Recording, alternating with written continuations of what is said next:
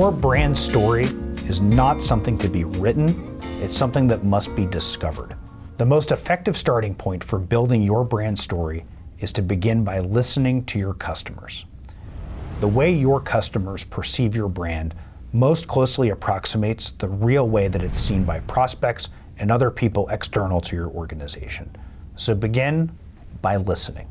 One of the things that's most critical when you go out and have conversations with customers about how to build your brand story is to ask questions that are open-ended and give your audience the ability to respond and think through these questions in the way that they want.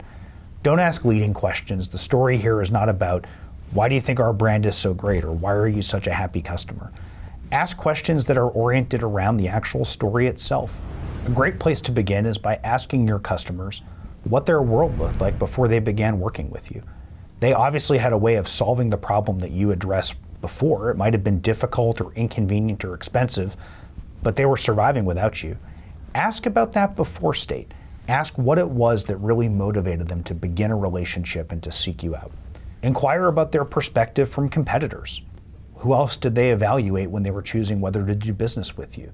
Did they switch from a competitor to work with you? Are there different aspects of your organization that they perceive value in? Think about and ask about what's unique from their perspective, not what you believe your own differentiators to be. Ask about weaknesses. Where are the places where your team could be doing better? The places where your product doesn't meet a need or fall down. Part of telling an authentic brand story is not over-promising. You have to tell a story that's accurate to what you can deliver to your customers. They're going to tell you better than anybody what you can do and what you can't. Ask your customers what they believe your organizational values are. See if they can put your purpose in their own words. The different experiences that they've had with your brand will start to form important elements that will ultimately become the brand story. In so many words, ask them exactly about the components that you're going to use later on in the narrative to construct and frame out that hero's journey that we spoke about in an earlier module. In addition to speaking with your customers, make sure you have conversations with your internal stakeholders as well. The employees in your organization who spend their time interfacing with customers, people in sales, people in customer service, people in product, they're the ones who have the most keen sense of where your customers see value, where they're most happy, and where they're most frustrated. Building the brand story isn't just an exercise that's involving the C-suite or that should be part of something that happens at the VP level or above. You want to create broad-based buy-in from everybody in the organization. Conducting interviews and getting feedback as part of building your brand story early on will not only make sure the story more broadly is reflective of the entire organization, but it'll also create the type of buy-in and attachment to the story that you're going to want when you deploy it. People are much more likely to embrace and adopt a story that they feel they had a voice in creating. The third audience that you're going to want to speak to when it comes to discovering that story, think about your partners. It may seem strange to call up an investor, call up a strategic partner or somebody else that you do business with, but likewise, they have an outside perspective for how people feel and see your organization.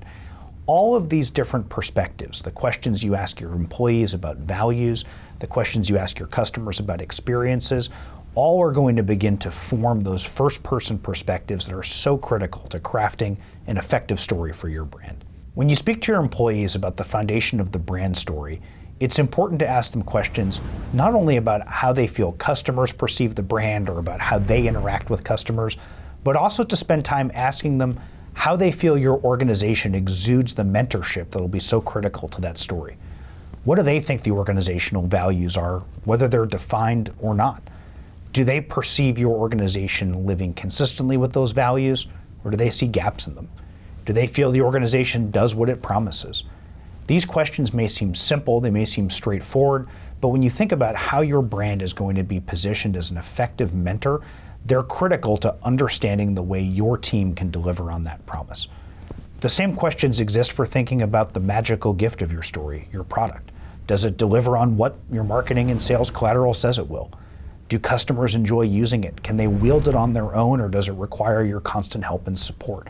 The nature of the relationship that takes place between your company, your customers, and how the product sits in the middle of that will define the way that you position that magical gift as a key component of your brand story. When you start the process of collecting customer feedback, The first question you need to consider is how many customers does your brand have? If you have fewer than 100 customers or so, you can gather the majority of that feedback through interviews and through listening.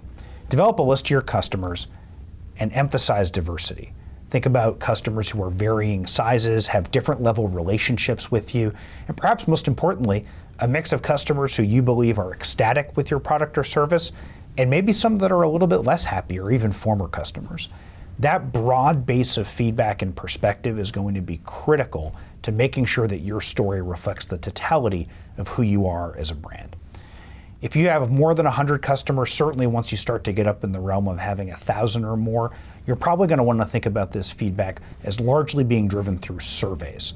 And you'll want to develop a survey and again, look at the same broad base of people that you would as if you were conducting first-person interviews. When you start to develop this process of research and feedback, encourage these conversations with customers to be anonymous. Empower them to speak the truth about how they feel about your brand, the strengths and weaknesses that they perceive. A lot of times a third-party partner can be particularly helpful in this regard, since your customers are going to want to be open and frank and hopefully not impact the relationship that they have with your brand. In addition to the first-person perspectives that you collect through interviews with your team and with your customers, you also have to ensure your story is sufficiently differentiated.